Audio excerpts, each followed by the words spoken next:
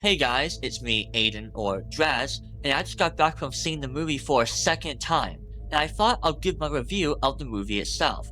For this part, I won't be going into any spoilers, it'll be my unadulterated thoughts about the movie, and I'll be simplifying them down because I don't really want to drag on.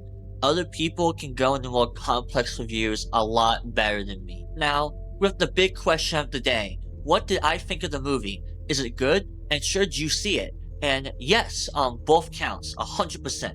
I thought the movie was great in all ways, honestly. And to make it simple, I thought it was just very fun, everything was cool, engaging, and interesting. I loved the dynamic between Abby, Mike, and Vanessa, and some of the other characters I won't mention here. Abby's arc was great, and Vanessa was a highlight. Mike was also neat in the movie. All their characters worked well for me, they had interesting characterization, interesting arcs, and I honestly am very excited for what they do with them in the next movie. Charlie, however, was a standout. For no surprise, she is the puppet, that's not a spoiler, you all knew this. And in the movie, she was very creepy and interesting. She is characterized in a way that gave her so much more depth than what we thought in the games. The movie provided a really interesting and fun new entry into her character, and really just the series itself. The experience at the theater was also very fantastic for me personally. I loved every moment of it. Overall, I just really liked the movie. I had a good time with it. Now, the movie isn't without notable flaws, obviously.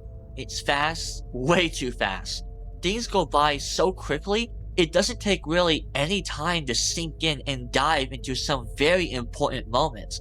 Parts like the ending happen way too quickly to the point of just confusion and just like, wait, what? That's it? And some characters are very underused. It brings down the film a decent bit, and it doesn't allow the film to be as impactful. That, however, is my basic and quick review of the film. I would give it around maybe a 7, 7.8, maybe up to an 8 out of 10, depending what point in the film we're talking about. But, it's definitely not bad at all. I like it, and if it's better than the first film though, that will kind of depend on your preferences. If you like a slower burn, more focus on the characters itself, you're going to like the first film a lot more. If you like things constantly happening, things being a lot more fun, and things just never slowing down, then you're really going to like this film more than the first one. So it's going to be very subjective to each fan's preference. Now, I do want to dive into the question of the critic reviews, as you can look on Rotten Tomatoes, they think it's worse than Morbius. But should you care about those reviews? Frankly, no. I take quite an extreme position on this. Critic reviews don't really matter in the slightest. And the reason for that is quite simple. Critics are people whose job is to criticize movies, with what I always thought to be was arbitrary standards that they apply to every single movie universally.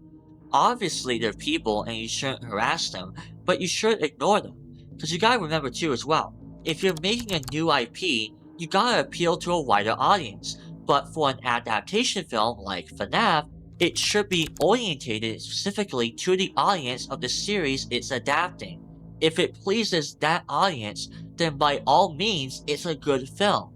A film's job is to entertain people, and a film's job for a particular audience should be to please that audience. If it achieves that goal, then it is, well, I think, a good film. That standard should change depending on the film's context and who it's made for.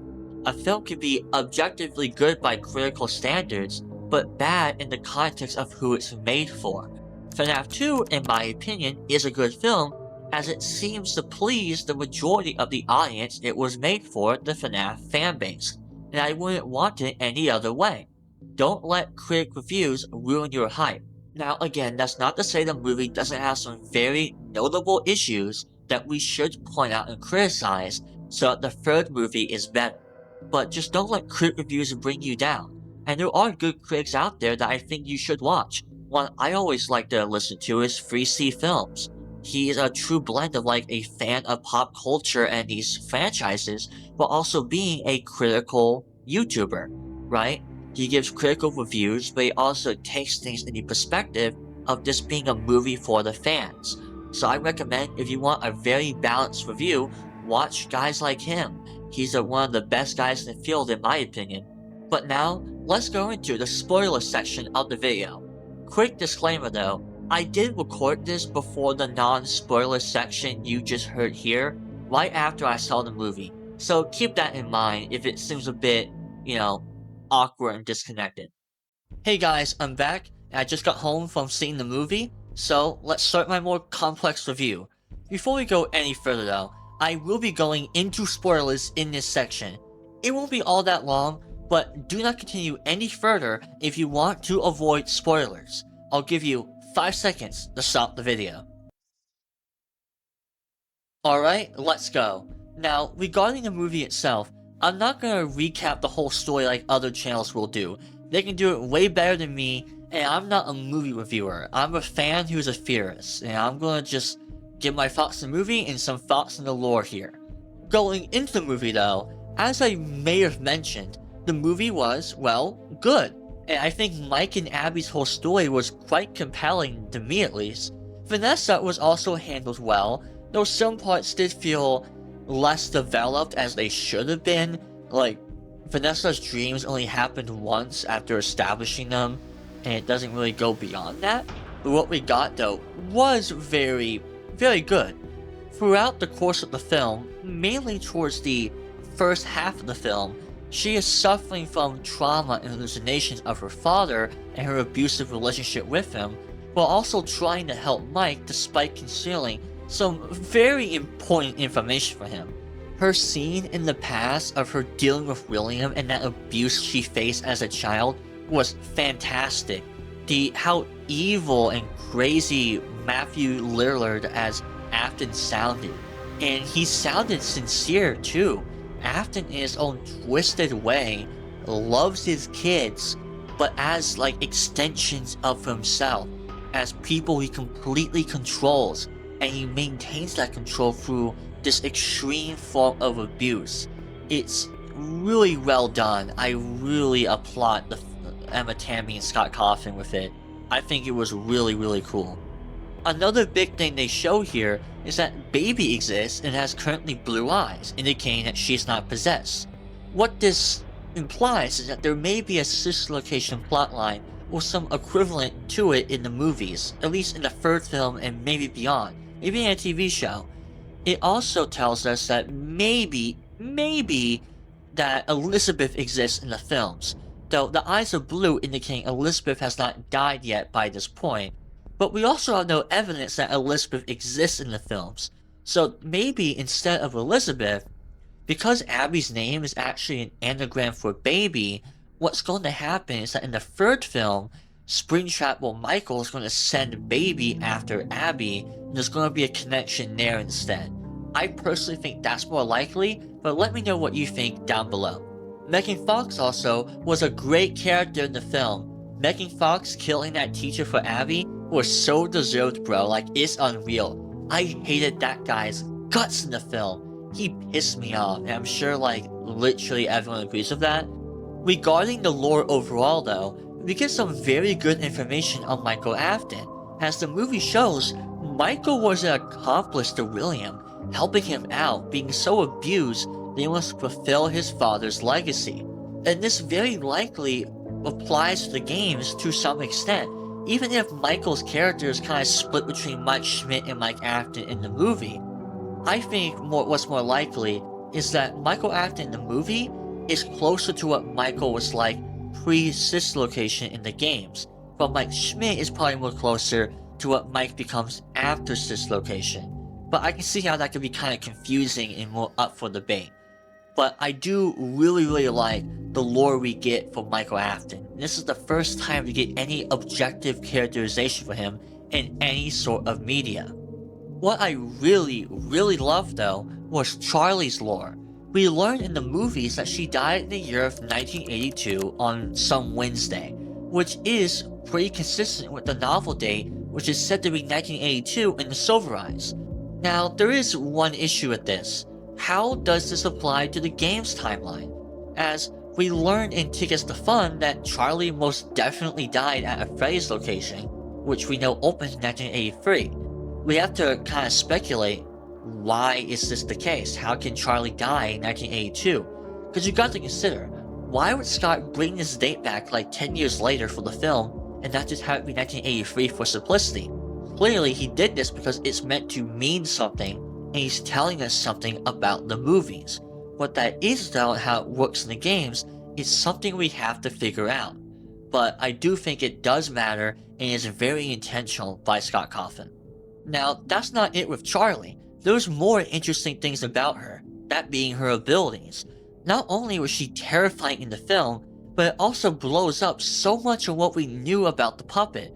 She can possess people and objects outside the puppet, possessing the Fast Talker, the Emma Grace character at the beginning of the film, and also Vanessa and Abby. Now, I think this does perfectly tell us what the puppet does in the games with Plush Bear. She possesses another object to communicate with Mike's younger sibling. In the games, it's the bite victim. In the movie, it's Abby. It's also consistent with the first film, where Abby refers to the MCI spirits the same way Bite Victim refers to the plushies in FNaFLore, both referring to them as friends. Since the first film only had this Abby Bite Victim connection with the similar terminology between the games, this also happening in the second film with the Fast Talker being similar to the Plush Bear really makes me think Scott is trying to tell us something about FNaF 4, Plush Bear, Bite Victim, and the spirits in general. So I do think it does support that theory, and I may go into more detail about this in a future video on how the puppet with the new knowledge is involved in FNaF 4 and how she's connected to the Bite Victim in that game. Let me know though what you think down below as well. Now, let me get into some of the issues I have with the film, and this won't take long, and it's not going to really be lore related, because I actually quite like the lore the film gave. Firstly, the pacing is quite a bit off, mainly due to the short runtime for all the stuff that's in the film. Things happen very fast, and it causes a lot of things to feel kind of rushed, especially the ending with Michael Afton, especially that ending. That should have gone on for at least a few more minutes. It's like the reveal happens, I'm Michael Afton, and then boom, like twisted ones happen, the Amazons break in, kill all the toys, and then the movie's over. And it's like, look, the cliffhanger was fine. I like the cliffhanger. It's going to lead nicely to the next film. But why would you like make it that abrupt? Shouldn't it have been more of like, you know, a final fight, a final showdown? It's like it started and then like it instantly ended. And then the MCI kids just like, not even all the MCI kids, just the Golden Freddy kid appears, only talks to Mike and says goodbye. It's like, well, shouldn't that be with Abby? Right, I just don't see why that would be the case. That's why I think in the third film, more MCI is going to have to happen, and that's the MCI kids being brought back, and Abby has to like free them. That's what I think has to happen. I just don't see why the MCI kids will be written off just last second in the film. So I do think that's a negative, assuming the third film does not bring them back. Beyond that, there's like so much to talk about. I have no idea what else to go into that wouldn't make this video like an hour long. So I think I'll maybe do a live stream with friends if I can set it up. Let me know though what you think down below in the comments. Remember to hit the like button and subscribe to the channel if you like more content, and also hit that notification bell. See you next time.